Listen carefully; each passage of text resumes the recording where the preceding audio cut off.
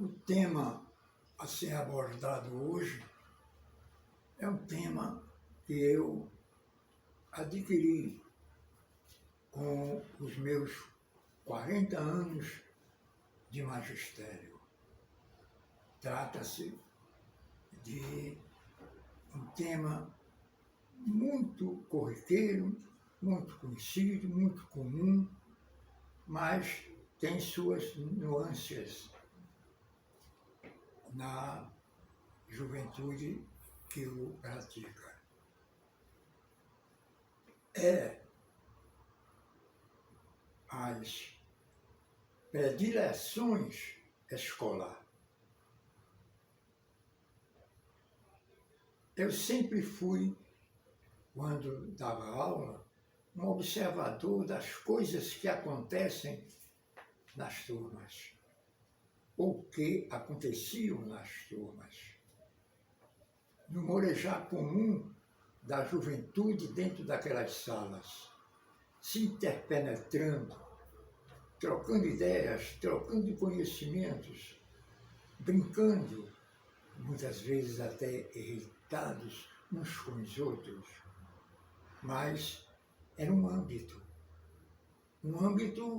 escolar, um âmbito em que todos eram iguais, socialmente, como alunos das escolas.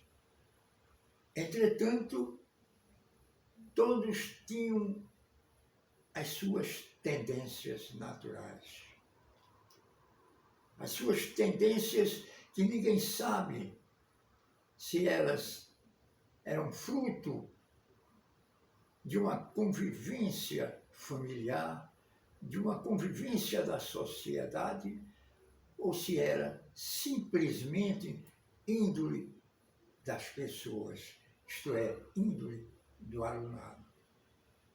O que é fato é que tinham suas predileções interessantíssimas. Umas gostavam de assistir aulas na frente, nas primeiras cadeiras, outras pelos meios da classe e outras no fim da classe. E sempre apresentavam justificativas para esse tipo de escolha. Como também a conversação, o diálogo entre eles eram constantes, mas uns respeitavam mais, muitas vezes, a presença dos mestres, outros não, se esqueciam um pouco e partiam para aumentar a voz, a ponto mesmo de perturbar o início de uma aula qualquer. E assim por diante. Eram escolhas, eram predileções, e tudo isso tem que o professor aceitar, que faz parte daquele todo que existem nas escolas. Entretanto, um dos mais interessantes era a predileção por matérias. A nossa juventude, ela é igual a qualquer outra juventude de qualquer país civilizado ou culturalmente preparado. Ela apenas tem seus requintes naturais da sua própria cultura. Vocês podem notar que desde longas datas que a escolha do alunado pelas matérias, a escolha é sempre a mesma. E poderíamos até arriscar, já que estamos em épocas de eleição, percentual de pesquisa, alegar a quantidade, a proporção das escolhas. Por exemplo, a matemática é uma ciência que não goza de muita reputação no corpo de nosso alunado. Eles têm uma verdadeira ojeriza a cálculo, achando eles, para justificar os seus comportamentos, que era uma matéria difícil, uma matéria que não era agradável, nem para uma conversação.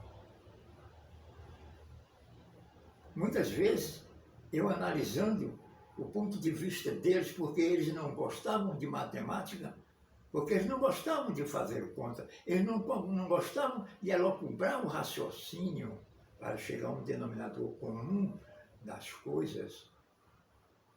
Então, essa ciência, essa aprendizagem tornava-se assim dificultosa para o corpo de alunados, a ponto mesmo de haver problemas engraçadíssimos, como, por exemplo, Pitágoras é conhecidíssimo pelo seu teorema matemático. Mas, no entanto, quem tinha ojeriza matemática generalizava tudo. Não chegava a conclusões de que Pitágoras era também e foi um grande filósofo, o introdutor da mente em psicose das almas impuras, os seus princípios sobre a espiritualidade humana foi magníficos e que despertou muita atenção mais para a humanidade do que mesmo os seus próprios teoremas. Mas, no entanto, porque ele também usava a ciência matemática, ele não tinha adeptos, ou vamos arriscar um pouco, atualmente também não tem muitos adeptos no corpo do alunado. Não é certo?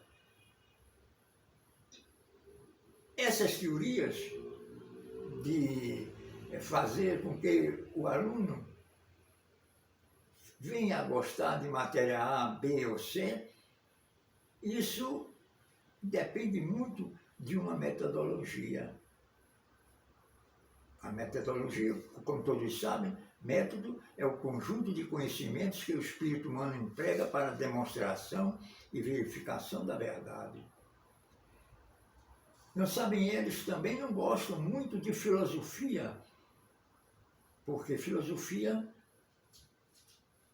exige um trabalho mental muito forte, muito delicado, e eles tornam-se assim difícil de uma boa percepção no corpo dos alunos. Mas, no entanto, é a filosofia uma das matérias que eles estudam, que serve de propedêutica para que todos os outros conhecimentos humanos progridam, não é certo? Com a aplicação do método, da moral, da ética, da ideia, mas eles não gostam muito de pensar. Eles gostam de se deleitar com matérias bonitas, feitas. Eles têm uma tendência muito grande, principalmente o sexo feminino, para a literatura, para a história, para o que hoje chamam de humanas. Principalmente a literatura, talvez pela influência das gerações que o criaram, ou pais, ou avós, ou gente que teve essa influência do romantismo do século XIX. O romantismo, que é nada mais e nada menos do que a predominância da imaginação e da sensibilidade sobre a razão. E o jovem gosta de sentir para poder compreender as coisas, sem uma análise lógica que requer uma agudeza de concentração. Eles preferem abordarem as coisas para se aperfeiçoarem, mas muito espontaneamente. É o caso da literatura. Então, por isso, elas são devotas de uma grande poesia, de frases célebres, de textos românticos, em que existem não só a história entre um casal, mas o próprio romantismo que a própria natureza nos dá em contemplação das flores, das águas, do céu, das estrelas, enfim, repito eu, das condições da própria natureza. Então, a gente pode sentir perfeitamente que em uma sala de aula é preciso uma precaução muito grande do professorado para agradar a gregos e troianos. Também não poderíamos abandonar nem fazer críticas a não optar por tais e tais matérias e queimar, como se diz na gíria, outras matérias, como a matemática é queimada. Eu, quando era aluno, eu sempre fui um apaixonado da ciência histórica. Mas história, hoje em dia, a maioria do alunado, eu digo que eu passei 40 anos ensinando. Eles chamam até de, eu acho até engraçado, eles chamam de matéria decorativa, como se a ciência de Heródoto não fosse uma ciência, fosse um conhecimento qualquer, fosse uma poesia improvisada de última hora. Então eles acham que a história não tem valor nenhum, que o que passou, passou. No entanto, a história é um dos conhecimentos humanos que jamais sairá do currículo de qualquer colégio, de seja qual for o país, que a ciência da história se preocupa com o passado. Mas um passado que vai vaticinar um presente. Porque não adianta a pessoa correr sem atingir um objetivo, sem uma perfeição lógica dessa carreira. E o melhor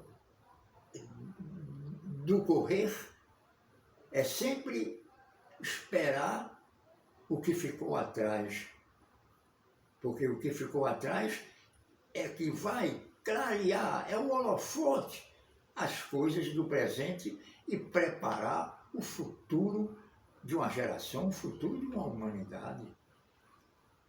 Então, o que falta, talvez, de essas escolhas, às vezes erradas, da juventude, que dá um percentual de uma classe de 50 alunos, 5% gosta de matemática e 95% não gosta. Isso é muito desproporcional. Mesmo com o advento da tecnologia, eu digo uma tecnologia moderna, mas uma tecnologia de valor. Tecnologia de valor, porque uma tecnologia mal aplicada também degenera. É preciso usar essa tecnologia dentro dos seus limites e dos seus aperfeiçoamentos e de suas caminhadas, repetindo aqueles processos todos e sendo alvo dos cientistas para contemplar a humanidade com princípios de coisas que venham a facilitar a vida do ser humano.